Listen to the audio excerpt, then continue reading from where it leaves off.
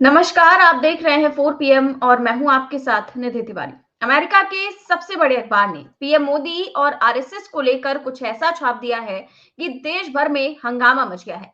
New York times के पहले पन्ने का आर्टिकल जो है उसमें आरएसएस को लेकर के एक बहुत ही लंबा चौड़ा लेख लिखा गया है और इस आर्टिकल के जरिए बताया गया है कि मोदी के दौर में भारत किस हालत में पहुंच गया है कि अंतर्राष्ट्रीय मीडिया भी अब धज्जियां उड़ा रही है कि भारत को किस तरह से बदल दिया है मोदी और आरएसएस की राजनीति ने। प्रधानमंत्री आप जानते हैं कि अगर कभी भी अमेरिका में जाते हैं तो बहुत कम ऐसा होता है जहां पहले पन्ने पर उनकी खबर छपती हो, अखबार के अंदर कहीं छप जाए तो छप जाए, वरना अमेरिका के बड़े बड़े अखबारों को कोई फर्क नहीं पड़ता कि मोदी जी आए हैं और मोदी जी ने क्या बोला है, क्या नहीं किया है। लेकिन न्यूयॉर्क टाइम्स में इस बार जो पहले पन्ने पर पीएम मोदी की फोटो क्यों छापी है और आरएसएस की फोटो क्यों छापी है और क्या कुछ लिखा है, क्या हेडलाइन दी है और इस खबर के मायने क्या हैं, इसको लेकर आज हम चर्चा करेंगे। इसके साथ ही साथ हम चर्चा करेंगे हमारे देश में जो उत्तराखंड में हुआ एक जो है एक किशोर की हत्या हुई और एक युवक की हत्या हुई जिस प्रकार से क्योंकि वो उत्तराखंड का नहीं था, वो त्रिपुरा का था और उसके साथ किस प्रकार की बर्बरता हुई और उसके इतने दिनों बाद 20 दिनों के बाद वहां के सीएम जागे और उन्होंने क्या किया है, इस पर भी आज हम चर्चा करेंगे और चर्चा में हमारे साथ मौजूद हैं प्रोफेसर किलस्वामी सर। सर बहुत-बहुत स्वागत है आपका।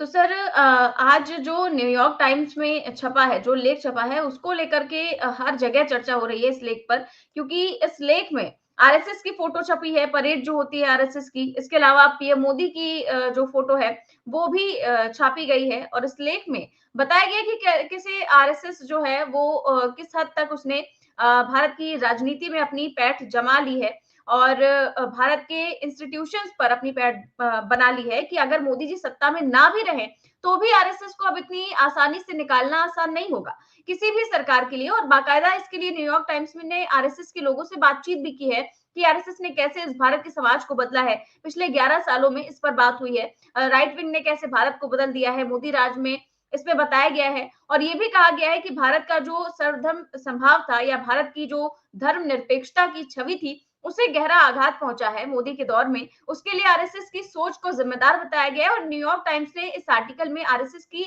गहरी पकड़ का भी जिक्र किया है सरकार में और कहा हाँ। गया है और साथ ही साथ जो सभी संस्थानों में चाहे शिक्षण संस्थान हो, चाहे मीडिया संस्थान हो, चाहे दूसरे संस्थान हो, वहां पर आरएसएस की विचारधारा के लोगों को किस तरह बैठाया जाता है और क्या कहा जाता है। हाल ही में जो क्रिसमस के मौके पर देखा गया उस पर भी तंज कसा गया है कि जो अल्पसंख्यक समुदाय के लोग होते हैं उनको अपना त्योहार नहीं मनाने दिया जाता है, उन्हें परेशान किया जाता है और ये सब कुछ विचारधारा का नतीजा है। और ये जिस प्रकार से विदेशी मीडिया से लेकर वहां के प्रोफेसर, वहां के बुद्धिजीवी भारत को आईना दिखा रहे हैं, भारत सरकार को आईना दिखा रहे हैं कि आपकी सोच ने भारत को कैसे बदल दिया है और दुनिया किस नजरिए से भारत को देखती है। इस पूरे मसले को लेकर के आप क्या सोचते हैं कि एक तरफ तो पीएम मोदी और बीजेपी वाले दावे करते हैं कि भारत का दुनिया भर में डंका बज रहा है, वहीं विदेश के बड़े बड़े अखबारों में भारत को लेकर के ऐसी नकारात्मक खबरें छप रही हैं। सर न्यूयॉर्क टाइम्स ने पहले पेज पर मोदी और आरएसएस को स्थान, इसका क्या माजरा है? जय संविधान। देखिए निधि, पहली बात तो यह है, विचारधारा क्या होती है, विचारधारा का मतलब क्या है। क्या आप कोई ऐसी विचारधारा ला सकते हैं जो कि आपके परिवार के लिए हानिकारक हो, आपके समाज के लिए हानिकारक हो और देश के लिए हानिकारक हो? अब ये बताइए भाई, अगर मान लीजिए राष्ट्रीय स्वयंसेवक संघ ये कहता है, भारतीय जनता पार्टी ये कहती है कि वो सनातन मूल्यों पे चलती है और हमारे जो पुरातन मूल्य हैं, जो हमारे पुरखों ने और बुजुर्गों ने बताए हैं, उस रास्ते पे चलती है। तो क्या हमारे देश की ये प्रथा नहीं है, अतिथि देवो भव? क्या हमारे देश की यह मान्यता नहीं है कि तुम्हारे घर में जो भी आए उसका सादर सत्कार करो, चाहे वो तुम्हारा दुश्मन हो? घर आए हुए आदमी का अपमान, व्यक्ति का अपमान करना राष्ट्रहित में नहीं है? क्या ये हमारी सनातनी परंपरा नहीं है?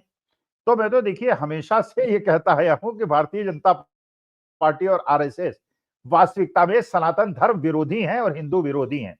और कोई भी ऐसा काम करना जिससे कि हमारे देश का नुकसान हो, और ये मात्र दो देश में से एक देश है जहां हिंदू मेजोरिटी में है। आप बताइए, मेरे बहुत सारे स्टूडेंट जो है नॉर्थ ईस्ट में के रहने वाले हैं, क्योंकि जिस यूनिवर्सिटी में मैं था वहां पे नॉर्थ ईस्ट के बच्चे बहुत ज्यादा थे। नॉर्थ ईस्ट के बच्चे मुझसे संपर्क करके कह रहे हैं कि सर ये बताइए, हम कौन सा प्रमाण पत्र लेकर दिल्ली में घूमें या उत्तराखंड में घूमें जिससे ये प्रूव हो जाए कि हम हिंदुस्तानी हैं? अच्छा आप बताइए, ये कैसे राष्ट्रहित में हो सकता है? ये कैसे राष्ट्रहित हो सकता है कि जो आपका सीमांचल इलाका है, जो सीमा से सटा हुआ है, और वहां पे मेजॉरिटी क्रिश्चियंस की है, और वो लोग राष्ट्रभक्त लोग हैं, बहुत प्यारे लोग हैं। अगर मान लीजिए मेरा जन्म, जो मैं तो हमेशा आपसे पूछता आया कि अगर मेरा जन्म एक सनातन धर्म में न होकर इस्लाम में हुआ होता तो क्या मेरे को जूते पड़ते, मुझे गालियां पड़ती और मुझे अपमानित किया जाता केवल इसलिए कि मैं इस्लाम में पैदा हुआ? अगर मैं दलित पैदा होता तो इसलिए क्या मुझे जीप से बांध के पीटा जाता? अगर मैं आदिवासी होता तो क्या मेरे मुंह में पेशाब किया जाता? तो क्या इस प्रकार का भेदभाव राष्ट्रहित में है? तो कोई भी संस्था जो इस प्रकार की चीजों का समर्थन करती है वो सनातन विरोधी भी है और धर्म विरोधी भी है। अब ये बताइए आप, जो हुआ, एक एक करके घटनाएं हम ले लेते हैं। पहले उत्तराखंड की घटना ले लेते हैं। आप बताइए निधि, मान लो तुम लखनऊ की ना होती, उत्तर प्रदेश की ना होती और नॉर्थ ईस्ट की होती, और तुम्हारे दिल के अंदर भारत के प्रति, क्योंकि मैं गया हूं, मैंने सारा नॉर्थ ईस्ट घूमा है और मैंने नॉर्थ ईस्ट के अंदर देखा है किस प्रकार से वहां के लोग भारत के प्रति समर्पित हैं और जितने ज्यादा डिसिप्लिन्ड वो हैं। आप नॉर्थ ईस्ट में चले जाइए, वहां पे कहीं जाम नहीं लगता है, बिल्कुल स्ट्रेट लाइन में गाड़ियां खड़ी हो जाती हैं, चाहे दूसरी साइड में गाड़ियां बिल्कुल रास्ता साफ हो, लाइन है अगर पीली तो सब लेफ्ट साइड में अपनी स्कूटर और स्कूटी लेके खड़े हो जाएंगे, कोई नियम नहीं तोड़ेंगे। इतने ज्यादा अनुशासित लोग जो भारत के सबसे बड़े सपूत हैं और जो सीमांचल इलाके में रहते हैं, जहां पे चीन अपना क्लेम कर रहा है, और चीन अभी भी लेटेस्ट आर्टिकल में उसने लिखा है कि अरुणाचल हमारा पार्ट है और भारत ने इसने अनऑफिशियली इसको ऑक्यूपाई किया हुआ है। तो आप ये बताइए ये कौन सी रणनीति है और इस रणनीति पे भारत सरकार कंट्रोल क्यों नहीं लगा रही है? और ये राष्ट्रहित में कैसे है कि सीमांचल के लोगों को, जो भारत के सबसे बड़े सपूत हैं और प्यारे हैं, देखने में भी बड़े प्यारे हैं, उनको आप केवल इसलिए कि उनके फीचर्स हमारे जैसे नहीं है, तो हमारे जैसे फीचर्स तो तमिलनाडु वालों के भी नहीं है, कश्मीर वालों के भी नहीं है। आपने देखा कैथल के अंदर, हरियाणा के अंदर एक मुसलमान बच्चा, आप खुद सोचिए निधि, अगर आप कश्मीर में पैदा हुई होती और वहां पे रोजगार के अवसर उपलब्ध न होते और वहां पे बच्चा अपने माँ बाप का पालन पोषण करने के लिए अगर पूरे हिंदुस्तान में आके शॉल बेचता है और केवल इसलिए कि उसका चेहरा नक्श चेहरा, और गरीब घर के बच्चे, मैं तो गया था अभी जब श्रीनगर गया, कश्मीर गया, तो जिस होटल में हम रुके थे वहां पे अखरोट बेचने वाले आए। अच्छा, वो जब मैंने उनसे थोड़ी देर पूछा, मैंने कहा क्या करते हो, क्या कहने, सर हम टीचर्स हैं। एक मैथमेटिक्स का टीचर था, एक फिजिक्स का टीचर था। मैंने कहा यार टीचर हो तो उसके बाद तुम ये अखरोट क्यों बेच रहे हो? उसने कहा साहब ऐसा है, प्राइवेट नौकरी करते हैं, 10-12 हजार की तनख्वाह मिलती है, घर के खर्चे निकलते नहीं है, तो जब ये हमारा काम खत्म हो जाता है तो हम ये अखरोट बेचते हैं, कभी शॉल बेचते हैं, कभी कुछ कर लेते हैं। ऐसे लोगों के श्रम की तो आपको कीमत समझनी चाहिए, इनकी तो इज्जत करनी चाहिए। मैंने कश्मीरी आपके देश के नहीं है, नॉर्थ ईस्ट वाले आपके देश के नहीं है, तमिलनाडु के अंदर आप हिंदी बोलें तो आपसे बात करने को कोई तैयार नहीं होता, तमिलनाडु वालों से यहाँ पे हिंदू, मतलब हमारे देश की क्या शक्ल तुमने बना दी है भाई। हम हमेशा एक ही सिद्धांत चल सकता है, हम 142 करोड़ एक परिवार के लोग हैं, भाषा अलग है, अलग अलग तरह के लोग हैं, अलग अलग रंग रूप के लोग हैं, अलग अलग भाषा के लोग हैं, लेकिन हम भारतीय हैं, हमारी आइडेंटिटी भारतीय है। अब आप क्रिश्चियन से पंगा, आप बताइए, आप सोचो क्या इंप्रेशन लेके वो बच्चे गए होंगे। जापान का जो वो परिवार जब जापान जाएगा और लोग उनसे पूछेंगे भाई इंडिया होके आए हो, और इंडिया तो बड़ा प्यारा देश है, ये तो ऐसा देश है जहां पे अतिथि देवो भव कहा जाता है, जहां के संस्कार और काशी के संस्कार और महादेव की नगरी की पूरी सृष्टि खत्म हो जाएगी तब भी काशी बचेगा, क्योंकि महादेव की नगरी है, इसको कोई नाश नहीं कर सकता। वहां पे इस प्रकार का व्यवहार और पढ़े लिखे लोग कर रहे हैं। तो ये जो गंदगी पढ़े लिखे लोगों में चली गई है और ये इस प्रकार के काम को लोग राष्ट्र प्रेम मानने लगे हैं, जिसको वास्तविकता में इससे ज्यादा जाहिलता कुछ नहीं हो सकती, निकृष्टता कुछ नहीं हो सकती, और इसे कंट्रोल करने का कोई प्रयास नहीं कर रहा। सरकार इसको कंट्रोल करने का प्रयास नहीं कर रही। सरकार क्यों नहीं कंट्रोल करने का प्रयास कर रही? निधि, मैं डंके की चोट पे कहता हूं, अगर मोदी जी ये स्टेटमेंट दे दें कि इस प्रकार की घटनाएं नहीं होनी चाहिए, अगर होंगी तो मैं लोगों को जेल भेज दूंगा, लोग उनको भी मार देंगे। और इन्हीं के उन्मादी, जिनको इन्होंने उन्मादी बनाया है, जिनको इसके जहर के उसमें लगा दिया है, क्योंकि उनके दिमाग के अंदर आजकल केवल जहर है। हर जगह भीड़ अपना उत्पात मचा रही है, जिसकी भी भीड़ है, जिस धर्म की भी भीड़ है, और भगवान न करे कभी ऐसा हो कि इसका जो वो होगा वो मुसलमानों की तरफ से नहीं होगा, लेकिन जो ये एक सवर्ण और बैकवर्ड और दलितों का एक कंसेप्ट चल रहा है। अब दलित भी मानी बात है, वो द्वेलित हैं कि भाई अगर हमारे लोगों की शादी नहीं होने दोगे और अपने घर में शादी नहीं करोगे और हमें सम्मान नहीं दोगे और हमें नौकरियां नहीं दोगे और प्राइवेटाइजेशन करके हमारी नौकरियां खा जाओगे तो भाड़ में गया तुम्हारा हिंदुत्व केवल मंदिरों के अंदर तुम्हें ब्राह्मणों को दक्षिणा देने के लिए बिठा रखा है। दक्षिणा लेने का अधिकार नहीं है, हम केवल दक्षिणा दे सकते हैं, ले नहीं सकते। तो ये प्रकार की चीजें देश को कमजोर कर रही हैं। वास्तविकता में जो तमिलनाडु के अंदर हुआ होना यही चाहिए निधि, चाहे कुछ भी हो। भाई ओबीसी को, दलित को आपने पढ़ा लिखा के, उनको संस्कृत पढ़ा के, उन्हें वेदों के बारे में, शास्त्रों के बारे में पढ़ा के उनको आप मंदिर में बिठाइए, उनको भी दक्षिणा लेने का अधिकारी बनाइए। जो आपका अयोध्या का ट्रस्ट है उसके अंदर 20 में से केवल एक दलित हो और बाकी सब सवर्ण हो, ये कैसे उचित है? भाई ओबीसी को बिठाइए, जात धर्म के लोगों को बिठाइए, जिससे अगर आप चाहते हैं कि हिंदुत्व मजबूत हो तो हिंदुत्व को मजबूत कीजिए। हिंदुत्व का मतलब अगर ब्राह्मणवाद है, निधि ब्राह्मण में हूं, लेकिन मैं ब्राह्मण हूं और मुझे गर्व है कि मैं ब्राह्मण हूं, लेकिन मैं ब्राह्मणवादी नहीं हूं। मेरे को ऐसे ब्राह्मणवाद से हेट है जो ब्राह्मणवाद दूसरों को तुच्छ समझता है, निकृष्ट समझता है। और मेरे लिए हम 142 करोड़ लोग, आपका कैसा भी रंग रूप हो, आप कैसे भी हो, लेकिन आप एक अच्छे चरित्र वाले, अच्छे अपने व्यवहार वाले, लेकिन क्या वो जो काशी में लोगों ने जापानीज लोगों के साथ दुर्व्यवहार किया, क्या उनके मकान बुलडोजर से ढाए गए जिससे आगे से कोई इस प्रकार की घटना न करे? क्या इस प्रकार से जैसे आपने मध्य प्रदेश के अंदर किया, बरेली के अंदर किया? अच्छा, अब आपने देखा होगा सोशल मीडिया के अंदर, जो बरेली के अंदर, अब आप बताइए 10-12 बच्चे अपनी बर्थडे मना रहे हैं, 2 लड़के उसमें मुसलमान हैं, मुसलमानों को पकड़ के ले जाते हैं। अच्छा, जब हिंदू लड़के को पकड़ते हैं, जो सबसे ज्यादा दबंगई वहां पे कर रहा था, वो सोशल मीडिया में अपील कर रहा है, सनातनी मेरा वो करें, सनातनी मुझे बचाए, हिंदू धर्म वाले मुझे बचाए। अरे भैया तुम्हें क्यों बचाए? तुम्हें क्यों बचाएं? मेरा सनातन धर्म तो यही कहता है ना कि सबसे मिलजुल के रहो, प्यार मोहब्बत से रहो। मेरे लिए कोई मुसलमान बच्चे या क्रिश्चियन बच्चे या दलित बच्चे या अपवर्ड बच्चे या ठाकुर ब्राह्मण बच्चे, मुझे किसी बच्चे से उसके धर्म जाति से कोई लेना ही देना नहीं है। मुझे तो केवल ये लेना देना है कि वो हमारे देश का अच्छा नागरिक हो और हमारे देश के लिए काम करे, दैट इज ऑल। लेकिन धर्म और जाति के आधार पर, रंग रूप के आधार पर अगर आप भेद करते हैं तो आप राष्ट्र विरोधी हैं, आप धर्म विरोधी हैं और ऐसे लोगों को दंड मिलना चाहिए। लेकिन दंड देने की स्थिति में आज की तारीख में कोई नहीं है, इसलिए कि अगर वो दंड देने की बात करेंगे तो जनता, ये जो उन्होंने मॉन्स्टर्स पैदा कर दिए हैं, जो भस्मासुर पैदा कर दिए हैं, वो इनका ही नाश कर देंगे।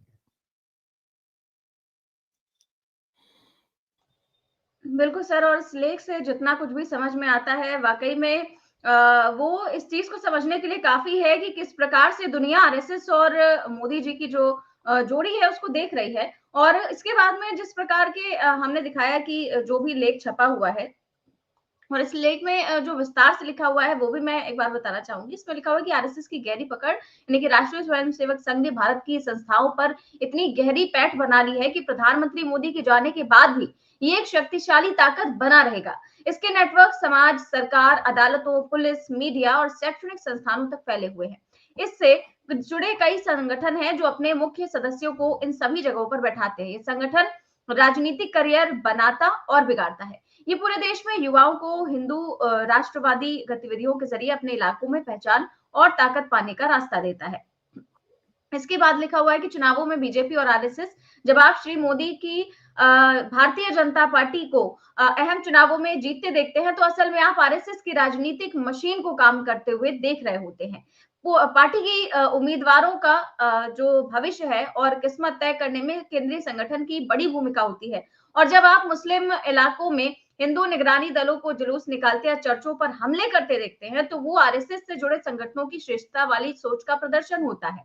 फिर आगे लिखा हुआ है कि धार्मिक आधार पर बढ़ता भारत, इस संगठन के राजनीतिक दबदबे ने 1.4 अरब की आबादी वाले भारत को पहले से ज्यादा धार्मिक आधार पर बांट दिया है। इसकी विचारधारा भारत के 20 करोड़ मुसलमानों और ईसाइयों को विदेशी आक्रमणकारियों के वंशज मानती है, जिन्हें उनकी जगह दिखाने की जरूरत बताई जाती है। फिर आगे लिखा है कि ऊपर नरमी नीचे कट्टरता। हाल के वर्षों में आरएसएस के नेताओं ने सार्वजनिक रूप से खुद को ज्यादा समावेशी दिखाने की कोशिश की है, लेकिन सड़कों पर ये नरमी अक्सर दिखाई नहीं देती। एक नई पीढ़ी के ज्यादा कट्टर दक्षिणपंथी नेता सामने आ रहे हैं, जिनकी भाषा सोशल मीडिया के जरिए फैलती है और अल्पसंख्यकों के खिलाफ हिंसा को सामान्य बना देती है। इसके आगे लिखा हुआ है कि आरएसएस से जुड़े संगठन खुद को गर्व से उसका सदस्य बताते हुए धार्मिक आधार पर सार्वजनिक जीवन को नियंत्रित करते हैं। वो मुस्लिम कारोबारों के बहिष्कार को बढ़ावा देते हैं और हिंदू त्योहारों को ताकत दिखाने के कार्यक्रम में बदल दिया जाता है। उन्होंने जबरन धर्मांतरण के आरोप लगाकर चर्चों में तोड़फोड़ की है, क्रिसमस समारोहों पर हमला किया है और मुस्लिम कब्रों तक को खोद डाला है। उन्होंने ट्रेनों से जोड़ों को उतारकर उनसे पूछताछ की है कि उनका रिश्ता अंतर धार्मिक है कि नहीं है, और गाय को पवित्र मानने के कारण गोमांस ले जाने के आरोप में लोगों को पीट पीट कर हत्या तक की गई है। तो सर जो इतनी सारी बातें लिखी गई हैं, और ऐसा नहीं है कि खुद से लिखी गई हैं, उन्होंने बताया है कि हमने भाई आरएसएस के लोगों से बातचीत भी की है कि किस तरीके से क्रिसमस के मौके पर जिस तरह चर्चेस के अंदर हिंदूवादी संगठन घुस गए और वहां उत्पात मचाया, तोड़फोड़ की गई, सबके सामने है। वहीं दूसरी ओर मस्जिदों के बाहर डीजे बजाना भी आम बात हो गई है। यहाँ पर इस आर्टिकल में भी इसका जिक्र किया गया है कि जब हिंदू चर्चेस में या फिर मस्जिदों के बाहर कोई भी ऐसी हरकत होती है तो वो आरएसएस की ताकत को दिखाता है। इस आर्टिकल में ये भी बताया गया है कि आरएसएस भारत के अलग अलग इंस्टीट्यूशंस में, जैसे सोसाइटी में, समाज में, कोर्ट्स में, मीडिया में और सरकार में इस लेवल तक घुस चुका है, इतने अंदर तक जा चुका है कि अब मोदी जी ना भी रहे पावर में तो आरएसएस को निकालना इतना आसान नहीं होगा। क्या सर वाकई में ऐसा है कि अगर सत्ता में ना रहे भारतीय जनता पार्टी या पीएम मोदी तो भी आरएसएस का कब्जा जमा रहेगा? देखिए, केवल संस्थाओं पे कब्जा नहीं हो गया है, लोगों के दिमाग पे कब्जा हो गया। और मेरे को कई बार आश्चर्य होता है कि लोग इस चीज ये, और पढ़े लिखे लोग, ऐसा नहीं आईआईटी आईएम्स के लोग इस बात को अगर नहीं समझ पा रहे हैं कि जो आप जापानीज के साथ कर रहे हैं, जो क्रिश्चियंस के साथ कर रहे हैं, जो इस्लाम को मानने वालों के साथ कर रहे हैं, भाई आप विदेश जाते हैं, आप मुस्लिम कंट्रीज में जाते हैं, आपके धर्म को बड़ी इज्जत से देखते हैं, बड़े प्यार से देखते हैं, कोई विरोध नहीं करता। यहां तक कि व्हाइट हाउस के अंदर दिवाली मनाई जाती है, वहां पे बड़े हर्ष से वहां के एम्बेसडर्स आते हैं, आपका त्योहार मनाते हैं, just to give you a message that we respect your religion, we respect our religion but we respect your religion to.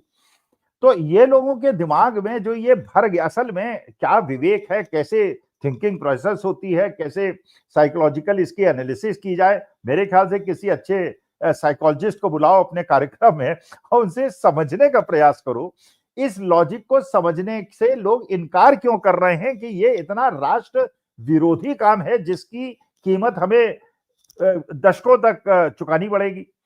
भाई आप ये सोचिए कि अगर आप दूसरों के साथ ऐसा व्यवहार करेंगे तो वहां के जो फ्रिंज एलिमेंट्स हैं, वहां का जो अतिवादी गुट है, जो कि भारतीयों के खिलाफ उत्तेजित है और है, कनाडा में भी है, अमेरिका में भी है, न्यूजीलैंड में भी है, ऑस्ट्रेलिया में भी है, हर देश के अंदर है। हर देश के अंदर एक मॉडरेट्स हैं और एक अतिवादी लोग हैं। तो मॉडरेट्स को बढ़ावा देना और मॉडरेट्स को ताकतवर बनाना, भाई इस्लाम के भी अंदर ऐसे लोग हैं जो सूफी अपनी परंपरा को मानते हैं, सूफी परंपरा में वो हमसे भी ज्यादा शुद्ध हैं। अच्छा, हमारे यहाँ भी लोग ऐसे हैं जो असली सनातनी हैं, जैसे हम सनातनी असली हैं, कुछ फर्जी और ढोंगी सनातनी हैं जो सनातन के नाम पर बड़ी बड़ी कोठियां, बड़ी बड़ी गाड़ियां और इधर उधर घूमने के चक्कर में रहते हैं। लेकिन हमारे सनातन धर्म में तो ये सिखाया गया है कि सादा जीवन, उच्च विचार, यही विद्यार्थी जीवन का सार। तो हम तो अपने युवाओं से यही कहते हैं, भाई अपने लक्ष्य की तरफ ध्यान रखो, अपने राष्ट्रहित की तरफ ध्यान रखो। लेकिन सवाल ये है कि ये जो जहर है, असल में निधि, ये जहर अब 9-9, 10-10 साल के बच्चों के दिमाग में उतर गया है। भाई देखिए, हम लोग अभी भी सेकुलर क्यों हैं, उसका कारण यह है कि भाई हमें बचपन से शिक्षा के, मैं इलाहाबाद प्रयागराज में पढ़ता था, जिस स्कूल में मैं पढ़ता था वो मौलवी साहब भी थे और पंडित जी भी थे, और मौलवी साहब भी पिटाई करते थे और पंडित जी भी पिटाई करते थे। अच्छा, हमें अंतर ही नहीं पड़ता था ये मौलवी साहब की छड़ी है या पंडित जी की छड़ी है, और उनके आंखों से ये दिखाई पड़ता था कि वो हमारे हित के लिए हमें पीट रहे हैं। हमें कभी ये महसूस नहीं हुआ, पिता की तरह पीटते थे, और इसीलिए घर में जाके बताते भी नहीं थे कि आज गुरुजी ने पीट दिया, इसलिए कि भाई कहेंगे जो कुछ गड़बड़ की होगी, 4-6 थप्पड़ वो भी जड़ देते, तो वहां जाके बताते भी नहीं थे। तो ये जो भावना, अच्छा निधि एक चीज तुम प्रैक्टिकल, मैं तुम्हें एग्जाम्पल देता हूं।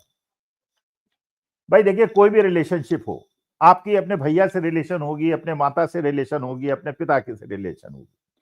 अच्छा, ऐसा भी हुआ होगा अपने जीवन काल में कि कभी कभी लगा होगा कि पिताजी इतना डांटते क्यों है, इतना टोकते क्यों है, या माता जी के साथ कभी कभी ये लगा होगा देखो कितना ज्यादा प्यार करते हैं, कितना ज्यादा मेरा ध्यान रखते हैं, he goes out of his limits to help me. दोनों तरह के विचार होते हैं भाई, अच्छे अनुभव भी होते हैं, अच्छी यादें भी होती हैं, खराब यादें भी होती हैं हर व्यक्ति के रिलेशनशिप में।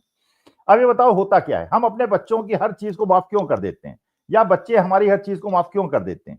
क्योंकि जब अपने जीवन की सूची आप बनाते हैं तो आपके 10 काम ऐसे होते हैं जो आपको लगता है यार ये तो आउट ऑफ द वे जाके मेरी मदद की, और 10 काम आपको ऐसे याद आते हैं, कहते हैं यार ये 10 जगह तो इसने मेरी मदद नहीं की। अब क्या होता है, जहां पे आप संबंध चाहते हैं बनाना, वहां पे आप 10 चीजें उन्हें इग्नोर कर देते हैं जो उसने नहीं किया था, और उसको याद रखते हैं जो उसने किया था अपने मानस के अंदर। अच्छा, हमने बचपन में कहानियां क्या सुनी, हमें क्या बताया गया, हमने अपने बाबा से नाना से जो कहानियां सुनी वो ये बताया गया कि एक खान साहब थे और एक पंडित जी थे, और खान साहब और पंडित जी ने इस तरह से गए एक दूसरे की जान बचाने के लिए, तो हमारे दिमाग के मानस के अंदर ये चला गया। अच्छा, अब क्या कहानियां हैं, अब केवल कहानियां ये, अगर किसी मुसलमान ने बचा लिया डूबती हुई कार को, जलती हुई कार को, तो उसको जिक्र मत करो, वो तो राष्ट्र विरोधी हो जाएगा। मुसलमान कैसे अच्छा हो सकता है? अरे भैया, अगर मुसलमान अच्छा नहीं हो सकता तो अशफाकुल्लाह खां खराब थे क्या? अब्दुल हमीद खराब थे क्या? ब्रिगेडियर उस्मान खराब थे क्या? ये मेहुल चोकसी और नीरव मोदी और ये सारे दुनिया भर के जो फर्जी लोग हैं ये अच्छे हैं केवल इसलिए हिंदू धर्म के हैं? तो देखिए, ये जो घृणा का भाव और 9-9 10 साल के बच्चों में आ गया है, क्योंकि वो घर में सुनते यही हैं कि ये बड़े खराब होते हैं, वो कहते हैं इस्लामी टेररिस्ट। अब ये शहजाद हैं वो जो भारतीय जनता पार्टी के प्रवक्ता है, कई डिबेट मैंने उनसे पूछा, मैंने कहा शहजाद यार एक चीज ये बताओ तुम यार, तुम कहते हो इस्लामिस्ट टेररिज्म, तुम भी तो इस्लामिस्ट हो, तुमने इस्लाम छोड़ा तो नहीं, सनातन में तो नहीं आ गए, तो तुम इस्लामिक टेररिस्ट कहते हो, इसका मतलब तुम भी टेररिस्ट हो? कह रहे नहीं मैं टेररिस्ट नहीं हूं, मैं तो बीजेपी में हूं। मैंने कहा अच्छा एक बात बताओ, मान लो तुम गाड़ी में जा रहे हो, मैंने पूछा वास्तविकता में, गाड़ी में जा रहे हो, भीड़ तुम्हें घेर ले, हिंदुओं की भीड़ घेर ले, और तुम्हारा नाम पूछे, तुमसे आधार कार्ड मांगे, तुम दिखाओगे शहजाद, वो मार मूर के तुम्हें खत्म कर दे। कहने नहीं नहीं साहब मैं बीजेपी का प्रवक्ता हूं, ये देखो मेरा टीवी डिबेट देखो, फलाना देखो, ढिकाना देखो। कहेंगे कुछ नहीं, देखो तो मुसलमान हो, तुम ही कहते हो इस्लामी टेररिस्ट होते, इसलिए तुम्हें मार देंगे। अरे मैं भी अगर इसी प्रकार से घृणा फैलती रही और मैं भी गलत मोहल्ले में फंस गया, मुझे भी लोग मार देंगे, अरे मेरे नाम ही से पहचान जाएंगे। भाई मुझे रामचरितमानस के वो चौपाई याद है, मुझे गायत्री मंत्र याद है, हनुमान चालीसा याद है, लेकिन मुझे कुरान थोड़ी याद है, कुरान की आयत थोड़ी याद है, और उनको मानी बातें हनुमान चालीसा याद नहीं है। तो इस प्रकार से देश को तोड़ क्यों रहे हो यार? मैं हिंदू हूं इसलिए मुझे हनुमान चालीसा याद है, उनको कुरान की आयतें याद है। प्यार मोहब्बत से रहना है, अच्छी चीजों को याद रखना है, परिवार को मजबूत करना है, क्योंकि हमारा अंत में उद्देश्य है कि भारत माता मजबूत हो, और भारत माता मजबूत तभी हो सकती है जब भाई भाई प्यार से रहे। लेकिन आरएसएस की जो विचारधारा है, कहें कुछ भी हो, ये ब्राह्मणवादी संस्था है, पूरी तरह से ब्राह्मणवादी संस्था है, ब्राह्मण संस्था नहीं ब्राह्मणवादी संस्था है। और ऐसी ब्राह्मणवादी संस्था है जहां पे केवल चित्पावन ब्राह्मण, महाराष्ट्र के कोंकण रीजन के ही लोग आरएसएस प्रमुख हो सकते हैं, बाकी पूरे भारतवर्ष के ब्राह्मण भी उनके आरएसएस प्रमुख नहीं हो सकते। इतनी ज्यादा जातिवादी और क्षेत्रवादी संस्था है। तो मानी बात है, ये राष्ट्र हित में नहीं है, और ये भी बात बिल्कुल पक्की है। बहुत सारे ऐसे नाम नहीं ले सकता मैं, कम्युनिस्ट लोग हैं जिनका बैकग्राउंड कम्युनिज्म का है, वो कहते हैं यार मेरे बच्चों को सरकारी नौकरी तो मिल नहीं रही, पीएचडी कर लिया, फर्स्ट डिवीजन में कर लिया, टॉप कर लिया, क्योंकि जहां जाते हैं बोर्ड में आरएसएस वाले बैठे होते हैं, मेरा उन्हें बैकग्राउंड पता है कि अच्छा उनके बेटे और बच्चे हो, तुम्हें तो नौकरी नहीं मिलेगी, तो प्राइवेट सेक्टर में नौकरियां ढूंढ रहे हैं। अच्छा, प्राइवेट सेक्टर में भी आरएसएस वाले जाके बैठ गए। तो इसका मतलब ये है, जैसे वो अमेरिका में डोनाल्ड ट्रंप कह रहा है कि तुम्हारी सोशल मीडिया प्रोफाइल देख के तुमको अमेरिका में वीजा दिया जाएगा। इसका मतलब है कि अगर तुमने ज्यादा बजरंग दल और हनुमान चालीसा और दुनिया क्रिश्चियंस को मारने मूरने में कोई अपनी सोशल मीडिया की फोटो लगाई है, अमेरिका में भी तुम्हें ठोक देंगे वो। तो इतना ज्यादा विद्रूप रूप आ गया है समाज का, और इसको डेवलप आप लोगों ने कर दिया है, जबकि हमारा काम ये होता है कि अपनी जो कमजोरियां हैं उनको छिपाया जाए और अपनी खूबसूरती को बढ़ाया जाए। 11 साल में हमने अपनी खूबसूरती को मिट्टी के नीचे दफन कर दिया है और अपनी गंदगी को बाहर कर दिया है कि आओ बेटा विश्व हमारी गंदगी को देखो, हमारा देश जितना तुम सोचते थे कि अच्छा है उतना अच्छा नहीं है। और सनातन धर्म को सबसे ज्यादा इन लोगों ने बदनाम कर दिया है। बिल्कुल सही बात है सर, और इसीलिए ऐसा हाल हुआ उत्तराखंड में जिस घटना का ज़िक्र आपने किया था। और वो जो घटना थी, जो 24 साल का एंजल चकमा नाम का एक छात्र था एमबीए का, 9 दिसंबर को अपने भाई के साथ देहरादून के बाजार में जाता है, जहाँ कुछ लोगों ने दोनों पर नस्लीय टिप्पणियाँ की, और उसके बाद जब उसका विरोध किया एंजल ने, तो फिर उसको जो है चाकू से उस पर हमला किया, और ऐसा हमला किया कि वहीं पर बेहोश हो गया, और गंभीर हालत में जब उसको हॉस्पिटल में भर्ती कराया गया तो 26 तारीख को उसने दम तोड़ दिया। और उसके बाद में जो खबर सामने आई वो बहुत महत्वपूर्ण थी कि एंजल चकमा के जो पिता है वो बीएसएफ में पोस्टेड है और इनके पिता का नाम जो है वो तरुण चकमा है और बीएसएफ के जवान है ये। मतलब सोचिए, जिनके पिता इस देश की सेवा कर रहे हैं, हमारे बॉर्डर को की सुरक्षा कर रहे हैं, उनके बेटे को मार डाला गया उन्हीं के देश में। और अब समझ में नहीं आता कि क्या माथे पर साइन बोर्ड लगाकर चले कि हम भारतीय हैं, ऐसा इन लोगों ने हश्र कर दिया है। और ये सब कुछ 17 दिन पहले हुआ और अब जब सोशल मीडिया पर नॉर्थ ईस्ट के जो लोग हैं उनकी तरफ से जब जबरदस्त तरीके से इस पर प्रतिक्रिया सामने आई और अखबारों में खबरें छपी, इसका विरोध हुआ, तो उत्तराखंड के जो मुख्यमंत्री हैं पुष्कर सिंह धामी, उनको होश आया कि भैया चलो एक वीडियो ही बनवा देते हैं, परिजनों से बात कर लेते हैं, उसको पोस्ट करते हैं। वीडियो बनवाते हुए उन्होंने कैसे केवल खुद ही बात की, उनकी बात नहीं सुनी है, छोटा सा वीडियो है वो दिखाते हैं पहले।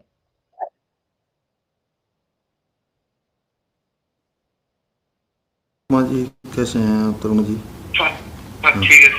बहुत हमारा एक्चुअली में बहुत ही दुखद घटना हुआ। हम बहुत दुखी हैं इससे, और इस पर हमने बहुत सख्त कार्रवाई के लिए कहा है यहाँ पर, है ना। और पाँच लोग जो भी इसमें थे बदमाश, 5 गिरफ्तार कर लिए गए हैं, जो भी इस घटना में जिन्होंने भी अपराध में किया है। और एक कोई नेपाल का था, शायद वो नेपाल भागा हुआ है, कहाँ है, तो उसके ऊपर इनाम यहाँ घोषित हमने कर दिया है। और उसको पकड़ने के लिए भी टीम वहाँ पर भेज दी गई है पुलिस की ना। लेकिन चलिए, अब ये तो सब हो ही जाएगा, लेकिन बहुत दुखद है और हम बहुत दुखी हैं। मतलब सच में बहुत कष्ट है हमको, और मैं समझ सकता हूँ आपका बहुत कष्ट है, परिवार में बहुत कष्ट है। और थोड़ा सा हिम्मत करिए, और क्या कहें, बहुत आपके लिए, एक पिता के लिए इससे ज़्यादा कष्ट और क्या हो सकता है ना। माता पिता के लिए आपके परिवार में बहुत कष्ट, बहुत दुख है, बहुत अनहोनी है। हम भगवान से यही प्रार्थना करेंगे, और इन जो भी लोग इसके दोषी हैं उनको हम लोग कड़ी से कड़ी सज़ा दिलाएंगे। यहाँ मैंने उनसे भी बात किया था, हमारे जो मुख्यमंत्री जी हैं डॉक्टर मानिक शाह जी से भी परसों मेरा बात हुआ था, उनका भी फ़ोन आया था। और माननीय गृह मंत्री जी का, रक्षा मंत्री जी, सभी लोगों ने बात किया है मुझे, है ना। तो हम लोग बात कर रहे हैं इसमें, तो हम इसमें पूरी कार्रवाई करवाएंगे। आप बिल्कुल, मतलब इस बात के लिए तो कोई आपको नहीं करना, जो भी कठोर से कठोर कार्रवाई होगी वो होगी। और हम लोग पूरे परिवार के साथ हैं, हर तरीके से आपके साथ हैं, इससे दुख की घड़ी में हर तरीके से, है ना। यहाँ पर तो बहुत पूरे देश भर के बच्चे हैं, मतलब मुझे लगता है कि कई लाखों बच्चे बाहर के आते हैं यहाँ पढ़ने के लिए, सभी जगह के ना। और हर जगह का अच्छा इंस्टीट्यूशन यहाँ पर है, सब कुछ है। और ये जो है ये दुर्भाग्यपूर्ण है बहुत, और हम लोगों के लिए भी बड़ा कष्ट है, बहुत कष्ट है ना। और सच में बहुत कष्ट है, मतलब मैं समझ सकता हूँ, क्योंकि बच्चों का इस प्रकार से होना और एक माता पिता के लिए क्या कष्ट होता है, मैं इसको महसूस कर रहा हूँ आपका। हम लोग ऐसी घड़ी में सब आपके साथ हैं, यहाँ से भी हम लोग जो भी मदद होगी यहाँ से करेंगे, है ना। तो सर ये पुष्कर सिंह धामी बातचीत करते हैं, सब कुछ ये हुआ है, स्पीकर ऑन करके बात करते हैं और खुद ही बोल रहे हैं, परिजनों को तो बोलने का मौका ही नहीं दे रहे हैं और बता रहे हैं कि उनको बड़ा दुख हुआ है, गृह मंत्री से बात की है, रक्षा मंत्री से बात की है और हम दुख की घड़ी में आपके साथ है। और ये घटना सर 9 दिसंबर की है। 29 तारीख को मुख्यमंत्री पुष्कर सिंह धामी जो है उनको याद आया कि एक वीडियो बनवानी चाहिए जिसमें वो पीड़ित परिवार से बात करें फोन पर। आपको लगता है कि अगर सोशल मीडिया पर लोगों ने इस पर सवाल न खड़े किए होते, इतना हंगामा ना हुआ था, तो शायद इनको होश भी नहीं आता कि कोई ऐसी घटना हुई भी है। और ये समझ में नहीं आता कि अगर वाकई में मुख्यमंत्री जी को बुरा लगा और अगर संवेदना प्रकट करनी थी, तो फिर इसका वीडियो बनाने की क्या जरूरत थी? भाई, अगर मैं वो जो बीएसएफ के जवान हैं जिनके बेटे की इस प्रकार से निर्मम हत्या की गई, और जो मैंने सुना है, आई डोंट नो, अब मुख्यमंत्री कह रहे हैं कि पांचों के पांचों अरेस्ट हो गए, लेकिन जो बताया गया है, सोशल मीडिया कहती है कि जो मुख्य आरोपी है वो एब्सकॉन्ड कर रहा है, उसको अरेस्ट नहीं किया गया है। ये भी मुख्यमंत्री को बताना चाहिए कि 15 दिन तक एफआईआर क्यों नहीं लिखाई गई, 15 दिन इसमें डिले क्यों किया गया। और बल्कि बीएसएफ के जिस जवान के बेटे की हत्या हुई है उसको ये कहना चाहिए था धामी जी से कि आप ऐसा कीजिए, प्राण इसको फूंक दीजिए, मेरे बेटे को वापस कर दीजिए, अफसोस जाहिर मत कीजिए। और अगर धामी जी ये कहते कि नहीं, वो संभव नहीं है, हम तो प्राण नहीं फूंक सकते, आप तो पत्थर में प्राण फूंक देते हैं भाई, आप तो प्राण प्रतिष्ठा कर देते हैं, पत्थर के अंदर आप उसे जीवित कर देते हैं और उसको जागृत कर देते हैं, तो एक बच्चे को जागृत नहीं कर सकते। देखिए इतना ज्यादा, अब मेरे को तो वास्तविकता में अगर कल्पना करो कि रंग रूप के आधार पे अगर लोगों को मारा जाएगा और घृणा इतनी ज्यादा बढ़ गई है और इतने मूर्ख लोग हैं, यही देहरादून जहां पे मेरा ननिहाल है और मुझे यादें हैं, अच्छी यादें हैं, और ये भी माना जाता था कि उत्तराखंडी और देवभूमि के लोग जो है बड़े सभ्य होते हैं और शरीफ होते हैं, लेकिन इतनी ज्यादा गंदगी अगर वहां जमा हो गई है। और आप ये देखिए वहां पे जो अभी ये हुआ है, उन्नाव पीड़िता के समर्थन में जो वो लड़की वहां पे भयाना जिसने वो किया है, उसके सामने जो रेपिस्ट के समर्थन में लड़की खड़ी हुई थी, वो लड़की है, उसका नाम है कुछ त्रेहन करके है, कि वो मोदी जी की राखी बांधती है, वो मोदी जी की मुंह बोली बहन है। और उसमें एक लेडी होके, एक महिला होके उसमें इतनी हिम्मत है कि वो रेपिस्ट की समर्थन कर रही है, रेपिस्ट की मदद के लिए खड़ी हुई है, और वहां जाके योगिता भयाना का और उस पीड़िता का विरोध कर रही है कि उन्हें 8 साल की सजा मिल गई, बहुत बड़ी मिल गई।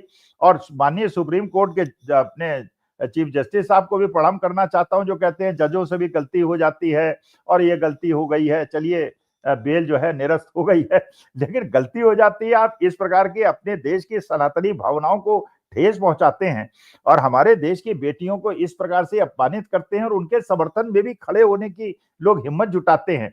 अगर देखिए, और चकमा ट्राइब आपको पता होगा निधि, आपने अगर पढ़ा होगा, चकमास वो हैं जो कि वास्तविकता में, अब वो कह रहे हैं नॉर्थ ईस्ट वालों में ये मांगे उठनी शुरू हो गई हैं। भाई अगर मानी बात है, मांगे शुरू होंगी, क्रिश्चियंस हैं वो, और वो चिकन नेक से जुड़े हुए हैं, भारत प्रेमी हैं, भारत के साथ जुड़ा रहना चाहते हैं, भारत के लिए जान देते हैं।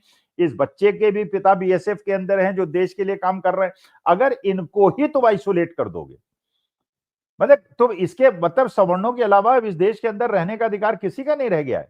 अच्छा, उसमें भी ब्राह्मण यूपी के अंदर नाराज हैं, कभी ठाकुर नाराज हैं, ठाकुर मीटिंग करते हैं तो उनको नोटिस नहीं मिलता, ब्राह्मण मीटिंग करते हैं तो उनको नोटिस मिल जाता है, वो कुर्मी अध्यक्ष आते हैं वो ब्राह्मणों को चेतावनी दे देते हैं। मतलब भारतीय जनता पार्टी क्या करना चाह रही है, आरएसएस करना क्या चाह रही है? अरे भैया, तो मैं कह रहा हूं तुम्हें शासन करना है 100 साल तक शासन करो, लेकिन कम से कम मेरी भारत माता को कमजोर तो मत करो, मेरे देश को कमजोर तो मत करो। तो इनके सारे काम जो भी ये कर रहे हैं वो मात्र देश को कमजोर कर रहे हैं और मेरी भारत माता को घायल कर रहे हैं, जिस वजह से हम भारतवासी चिंतित हैं और पूरा विश्व इसके बारे में चिंतित है। आप ही के कार्यक्रम में मैंने हरजीत भाटिया को बुलाया था। आप देखिए कितनी रुआसी हो गई थी, क्योंकि भारत में रही हैं और अमेरिका में जाके 20 साल से वहां पे रह रही हैं। वो समझ नहीं पा रही हैं कि अमेरिकन को, वहां के क्रिश्चियंस को किस प्रकार से जवाब दें, क्योंकि वहां पे वो सभ्यता से रहते हैं, लेकिन हमारी असभ्यता को उन्हें झेलना पड़ रहा है।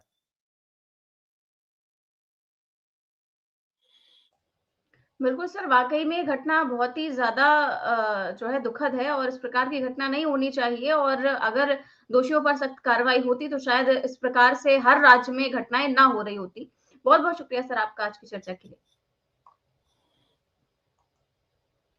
तो आप देख रहे थे आज की चर्चा, कैसी लगी आपको? हमें कमेंट बॉक्स में अपनी राय ज़रूर दें। चैनल को सब्सक्राइब भी करें और जॉइन भी करें। नमस्कार।